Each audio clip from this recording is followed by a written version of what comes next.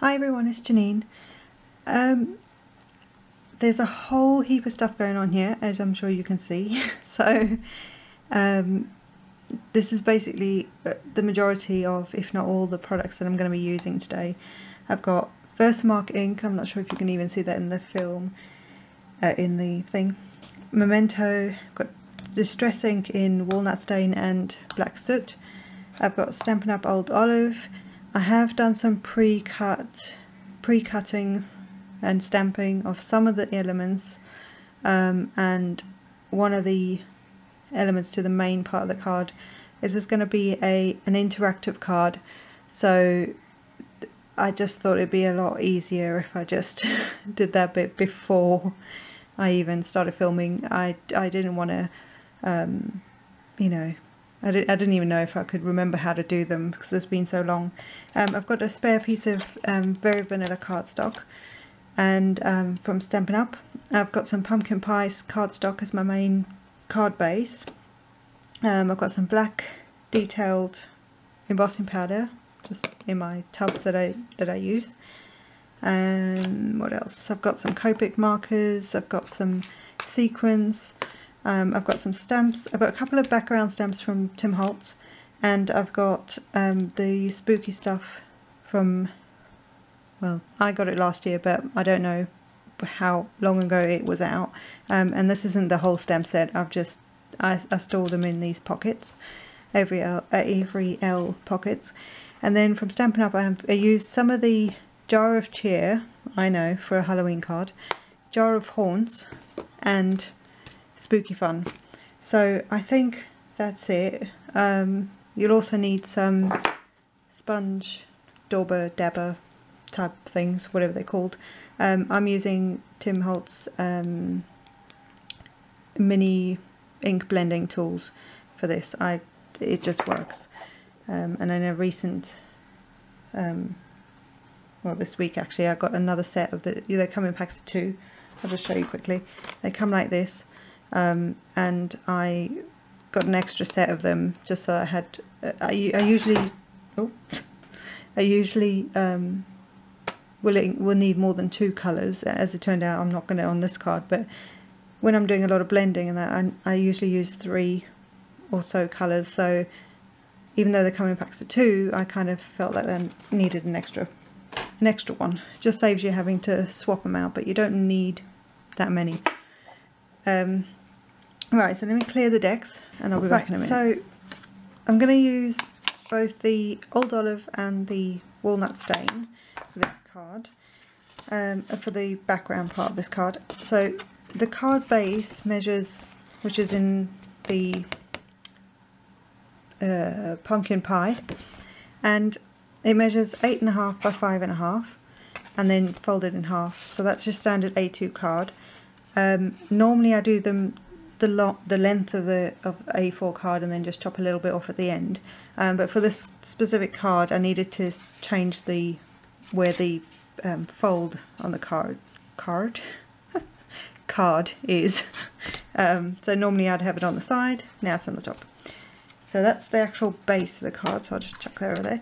This is the bit in the middle, so this is going to be the mechanism to make our what's it called, interactive card, or pop-up card. Right, so it will all become clear, but basically this will then fit inside the main card. You'll open it up and stuff will pop up. This is the bit that took me a bit of time to work out, but basically what you want is you want the fold of your card. So this was the same size as this pumpkin pie piece, so 8.5 by 5.5, and after I'd done all this bit I trimmed it down slightly so it would fit inside the card when it was folded. But what you want is your fold line in the same place that you would have it as if you were making your standard card, and then measure. You need to know what images you're using first so you know how wide this needs to be, and the taller you make it, if that makes sense. So this piece here is longer than this guy. Don't worry too much about the width, but you know, just don't make it wider than your image.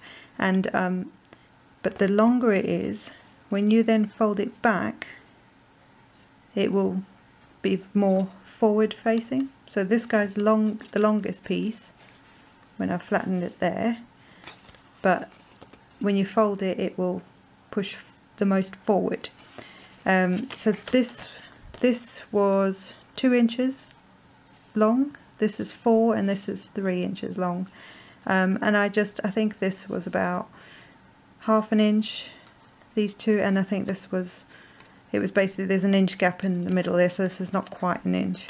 I just kind of guesstimated when I was in there, but I just wanted them roughly centered. And so when you've done your cut lines, because you'll only cut from you know, whatever your desired length is.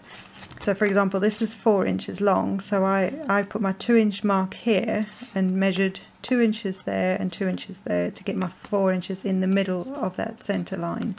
And then what you'll do is, before you fold this back, you'll make some little score lines on the ends here, and as you fold it in, you kind of have to maneuver it and do a bit of finagling, and it will bend, it will sort of fold to this sort of shape. There are dies that I've noticed that I think Lawn Fawn have come out with them, and I can't think of the other companies that actually do this stuff for you, so you don't have to think about it. But this is kind of old school, and I don't have the dies, so but this is an easy way to do it. Anyway, I'm waffling now. Right, so that's your mechanism for the inside of the card. So because of where I'm going with this card idea, I wanted to have it look a bit like a table. If you've seen some of my previous videos, you know I like creating scenery type cards. Go figure. So I have these 2 Tim Holtz stamps. This is a, let me just take them off the backing. This is the wood grain, and this one is like a damask wallpaper. That's what I think of when I look at that.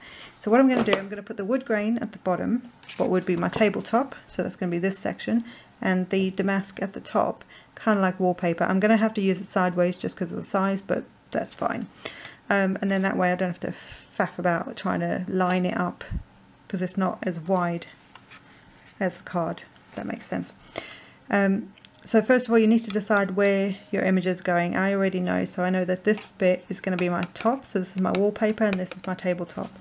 So what I'm going to do is I'm just going to get some, actually,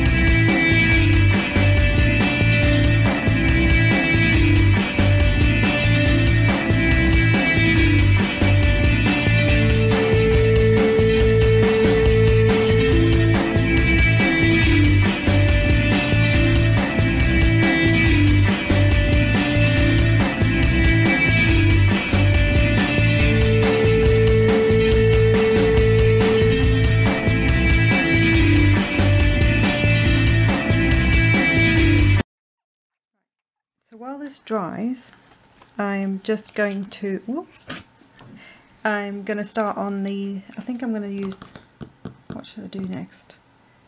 I think I'm going to do the sentiment next. So I've just got a piece of Fairy Vanilla.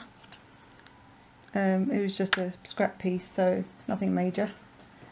And I'm going to, I think, because this isn't going to fit completely. Yeah, let's see what happens. Right. So I'm going to take my powder tool Oh, I actually remembered what it was called. I'm just going to shove that all over here. Shove, yeah, technical term. And I'm going to take my Versamark. This is a stamp from Tim's Spooky Fun, I think it's called. Can't remember how long ago, but and I've just re-inked this. Oh, so juicy! I love it. Right, so I'm gonna stamp that somewhat straight. So I hope I've got it the right way up. And somewhat in the middle of the stamp. Of the cardstock. Wasn't totally straight, but that's okay. I'll take my... This is Stampin's detailed black embossing powder. If I can get it open. Another reason for making sure that you use your embossing buddy is because this stuff goes everywhere. It's not going to matter for this, but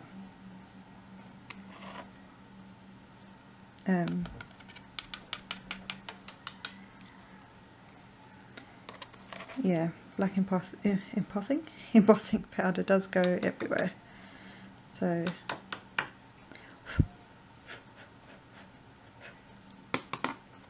okay.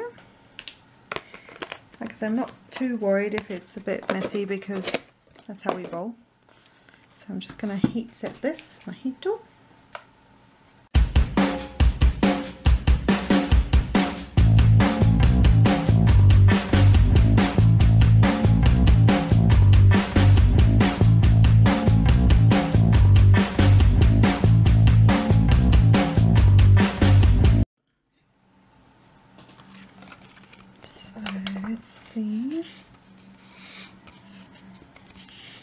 I mean, it's cool. I can kind of manipulate the paper back a bit because it does warp when you use a embossing powder. But look, shiny. Can you see that? Oh, shiny, shiny. Halloweeny. Actually, that's pretty straight. I didn't think it was as straight as it looked. Right, I've got these. I used the everyday jars, and what I did was I used the dies from Everyday Jars. That's the name of the die set from Stampin' Up, and I used a few stamp sets to actually get the jars and the jar lids. So the lids and this outline of a jar come from the what are you called? Where'd it go? Jar of Cheer.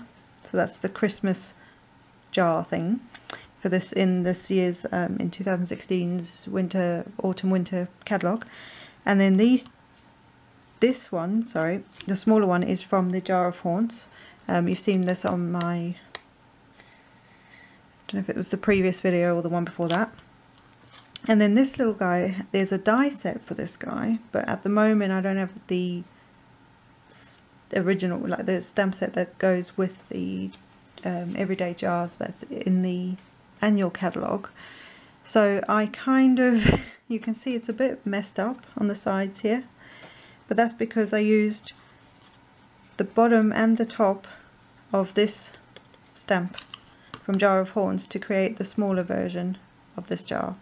It's a bit finagly, but like I say, by the time we're finished, you're not even going to notice. And it's Halloween, so, you know, who cares? So what I want to do, I mean, the lids I'm just going to put to one side for now.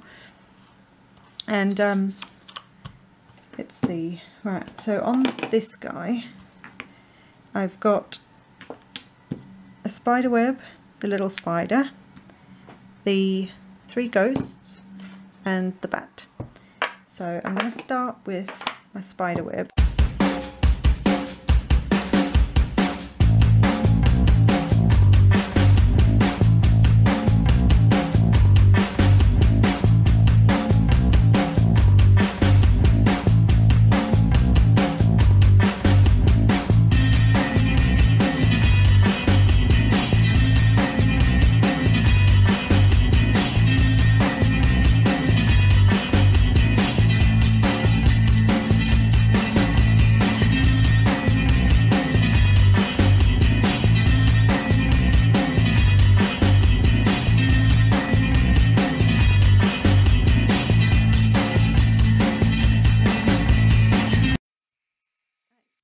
So this is the little the mini jar, and I've embossed the little spider and spider web. I just thought because he's shiny, because spider webs are shiny. I've also cut this down so that it measures 5 1/2. This was just whatever size. It was a scrap piece of cardstock, so it could be anything as long as it fits your stamp, you're fine. And then what I also did is I used the brick wall to emboss the front, what will be the front of the card, and I thought it just gives it another bit of something on the front. So now I'm going to take, oh, and what I've also done as well, just while I was off camera, I had to stop for a minute, sorry, is I have put some more creatures into the jars. So I've got 3 little ghosts here, 3 little bats, and then our little spider. So I'm going to do a little bit of Copic colouring. I've used Memento so that I can use my Copics. So for the ghosts, I think I'm just going to use, we'll see how this goes, but I'm just going to use C1, which is Cool Grey 1. Let's see, because I want to leave them the, you know, the colour that they are, but I don't want them to be completely I don't know, sometimes it just, by adding just a little bit of a very pale grey or pale blue, it will just make the, although this isn't on white cardstock, it will just make the white pop. I know kind of what I'm trying to say. And then this is just a colourless blender just to blend it all out so that hopefully it will won't have too many harsh lines, she says.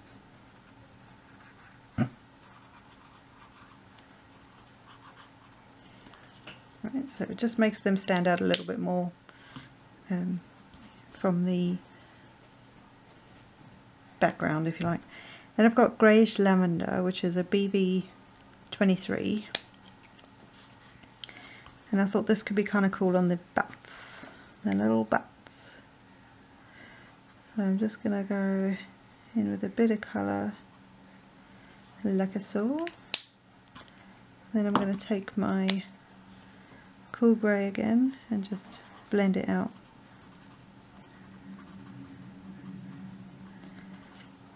And if that doesn't work, I'll just colour the whole thing in. It should work. They're not very close to each other on the Copic chart, so but it's blending alright actually. I'm quite impressed with myself because I'm not very good at this whole blending. Not with alcohol markers. With watercolour, I think I do alright, but with old Copics, I've got a lot to practice. So, and sometimes just using 2 colours I think helps because you're not having to worry too much about changing the colours all the time. But a lot of people, a lot of my fellow crafters, we will use 3 colours that are 2 numbers apart. That's something I've noticed. And by numbers I mean the numbers on the Copics themselves. So you could use a C1, 3 and 5, say, that sort of thing, whereas I've got a completely different ones. And also, if you want to colour something that is essentially black, like a bat, using sort of greys tends to make it look, I don't know, just gives it more dimension rather than making the whole thing a solid black image, even though that is typically the colour that you would see them as. It just gives them a bit more depth. So there's my bats. And then if you ever find, because obviously this isn't Copic colouring cardstock, if you ever find that you've got, it sort of seeps out the edges, just use your colourless blender, and the colourless blender will actually pick up and remove the colour. So it's not there to blend, even though it's called a colourless blender. It's actually there to pick up and remove colour. And then when that dries, hopefully you won't see any of that. A bit mad on that one. So just see how we've just got a bit of blending. I love Copics, I really do. And there's the little ghost. And you see how they just stand out a little bit more than the rest of what's going on. The little spider I might just do in the same way that I did the bats. Even though he's, you know, he's all, what's named? Oh, that's funny. Copics have taken, because they're alcohol and this is embossing powder, it's taken the shine off his eyeballs. Didn't realise that. Right, so the last colour I'm going to try and use is B00, and it's just a very, let's just see, what colour is it called? It's called Frost Blue, and all I'm going to do with it is just try and give the glass of the jars a bit of an edge, just so that it looks like they're glass. That makes any sense whatsoever. So I'm just going around the edge, and don't worry if you don't get it perfect.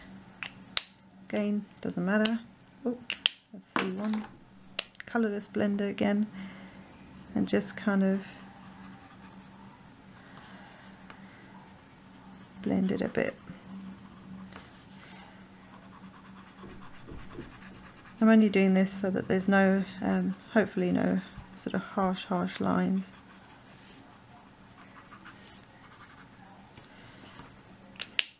Nothing major, nothing fancy.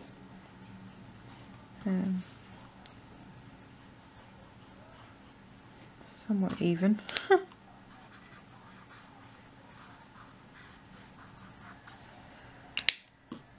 Right, let's try this guy.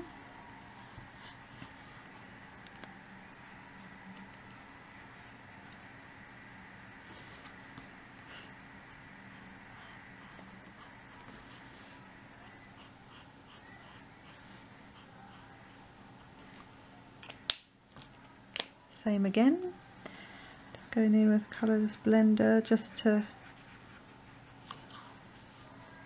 not sure if it's going to make too much of a difference because there's so little on here anyway.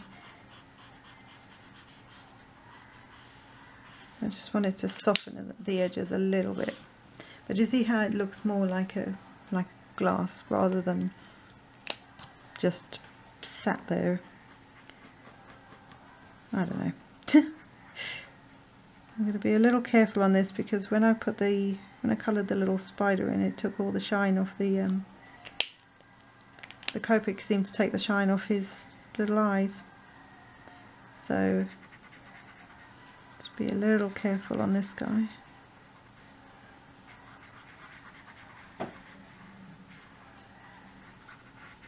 Oh. Right. So that'll do. And then I have the lids, so I'm just going to stick them straight on there, and then I might add something. So obviously you don't want your ghost, your bat and the spiders escaping, do you? Nobody wants that. Well, I might, but you know, I'm me. Right, so just going to stick this over the top. Very simple. Oh, I didn't get that. No, it doesn't have to be perfect, but jars to be somewhat, jar lids at least.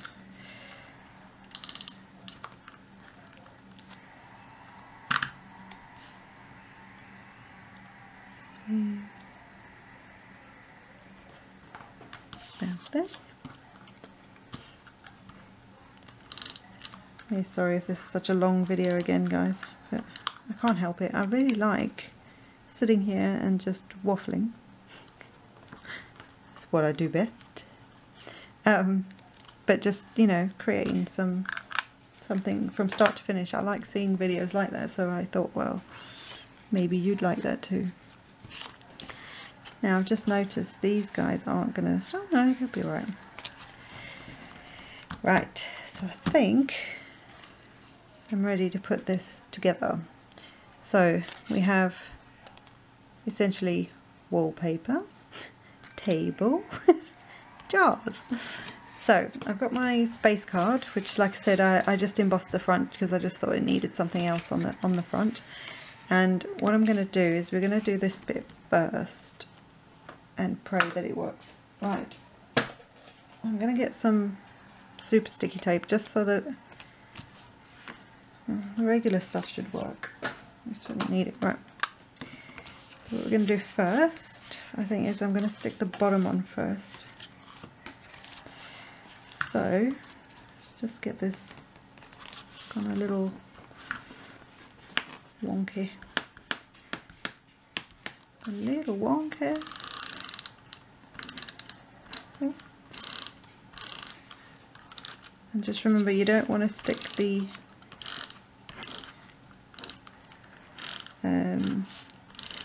pieces that you need to stick out. These bits, you don't want to stick them to the card, so this is what I folded in half as well. I'm just putting tons of adhesive on there. So, oh, this is this side first. Let's see if I can do this. So, in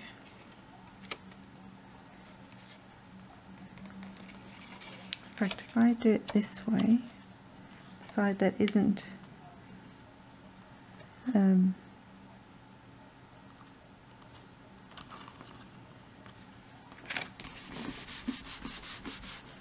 stuck, that worked out pretty well. And then this one's easier because you can just put your adhesive on this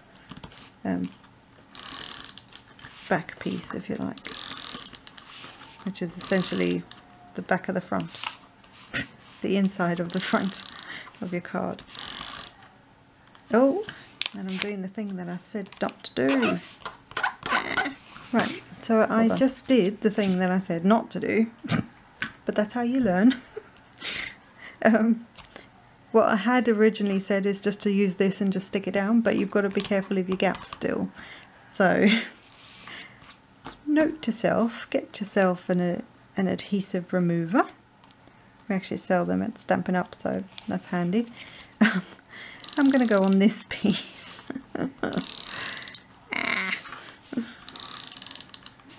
About right, really, at the moment.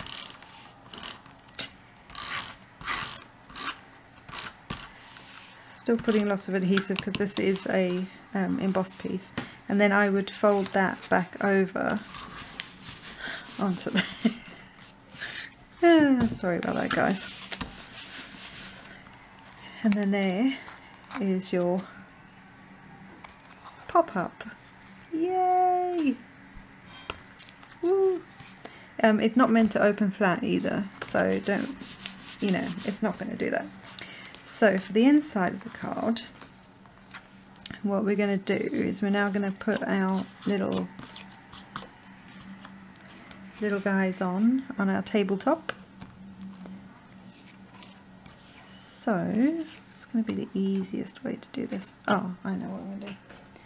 So I'm going to use some super strong tape, and I'm just going to, you don't need super strong tape, it's just going to be easier for me. I'm just going to cut a piece, because these jars are bigger than the actual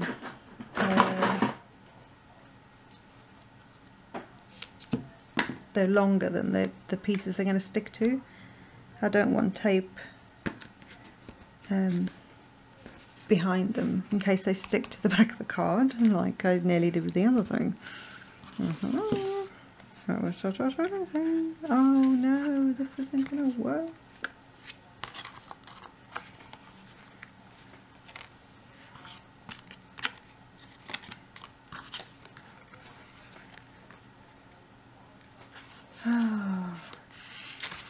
Okay, So note to self, make sure your images are not going to be too long that when you close the card they're not going to stick out, which is what they're going to do. Well, that's okay, we'll make a plan. When in doubt, make a plan.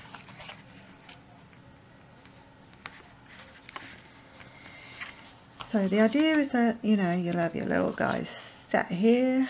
My battery's about to die again. And I wanted the big one in the middle, but I think the big guy's going to have to go here because he's not going to fit. Just see? He's going to stick out. Oh, poo. So he'll be alright there. He'd be fine there. But this guy's going to be, this is too big then. So I wonder if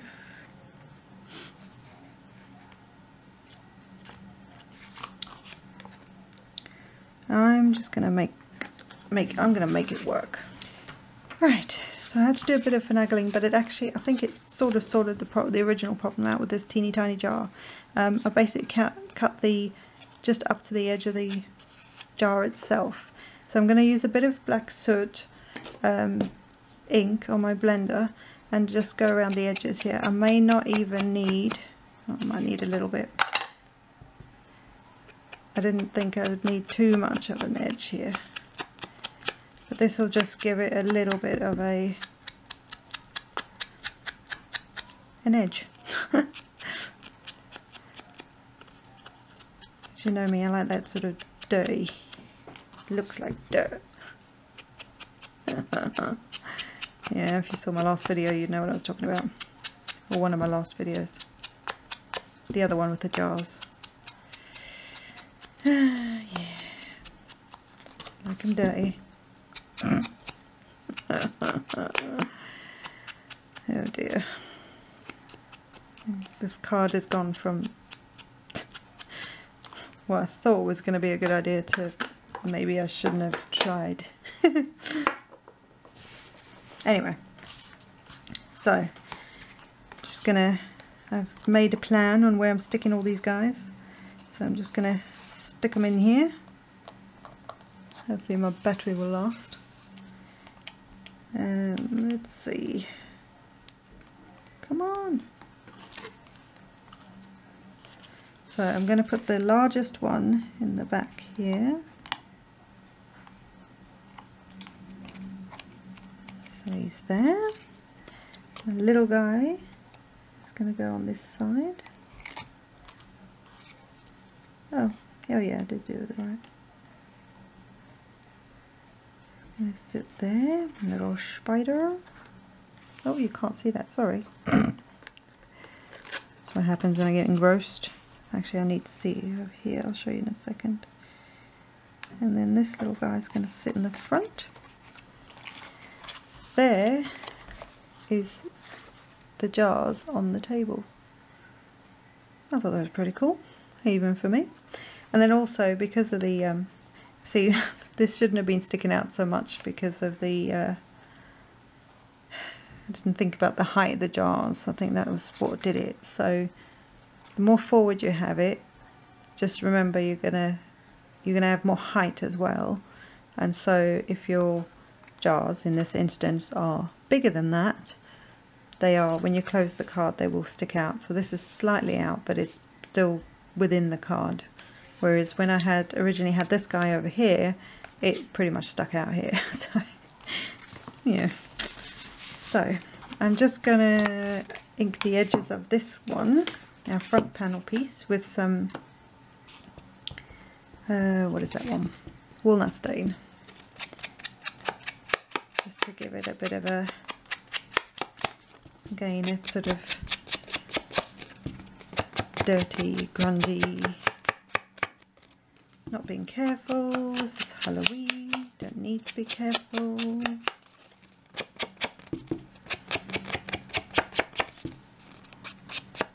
Oh, that's really messy. Let's see. I may even even just do a bit of, I'm not sure if that was my actual, a bit of dirty, grungy,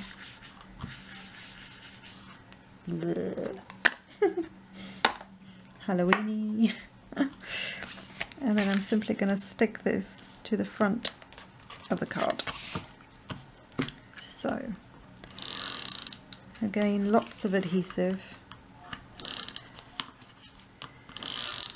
If the camera dies, I've seriously got to sort that out.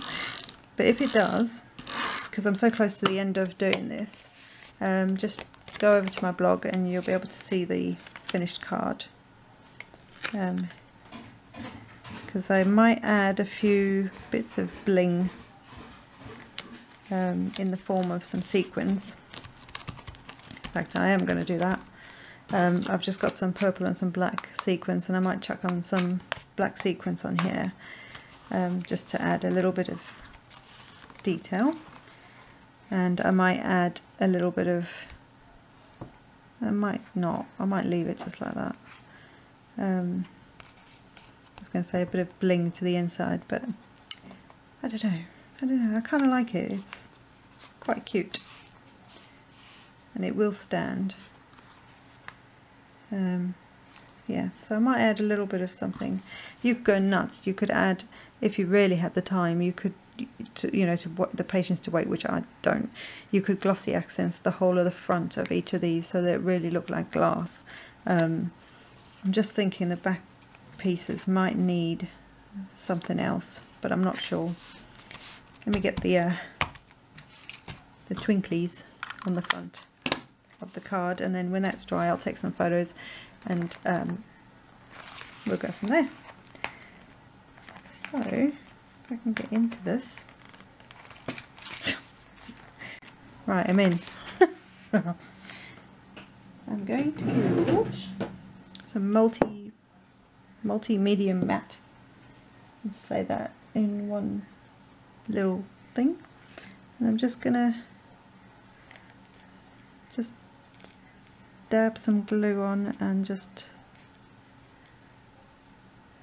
if I can, just sort of dot these around randomly. Odd numbers, guys. I don't know, I kind of like the, oh, we're still going.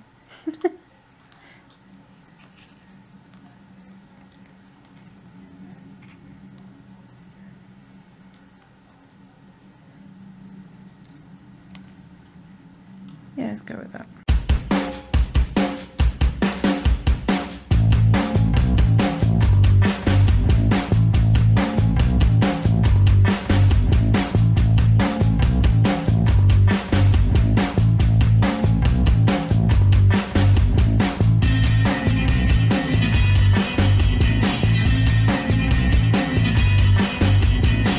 Pen. But what I'll do, I'll let these sequins dry. And what I might do is just add a little bit of that to the lids of the inside of the jars. So there you go. Quick, well, not quick, but simple. See you later, guys. Bye.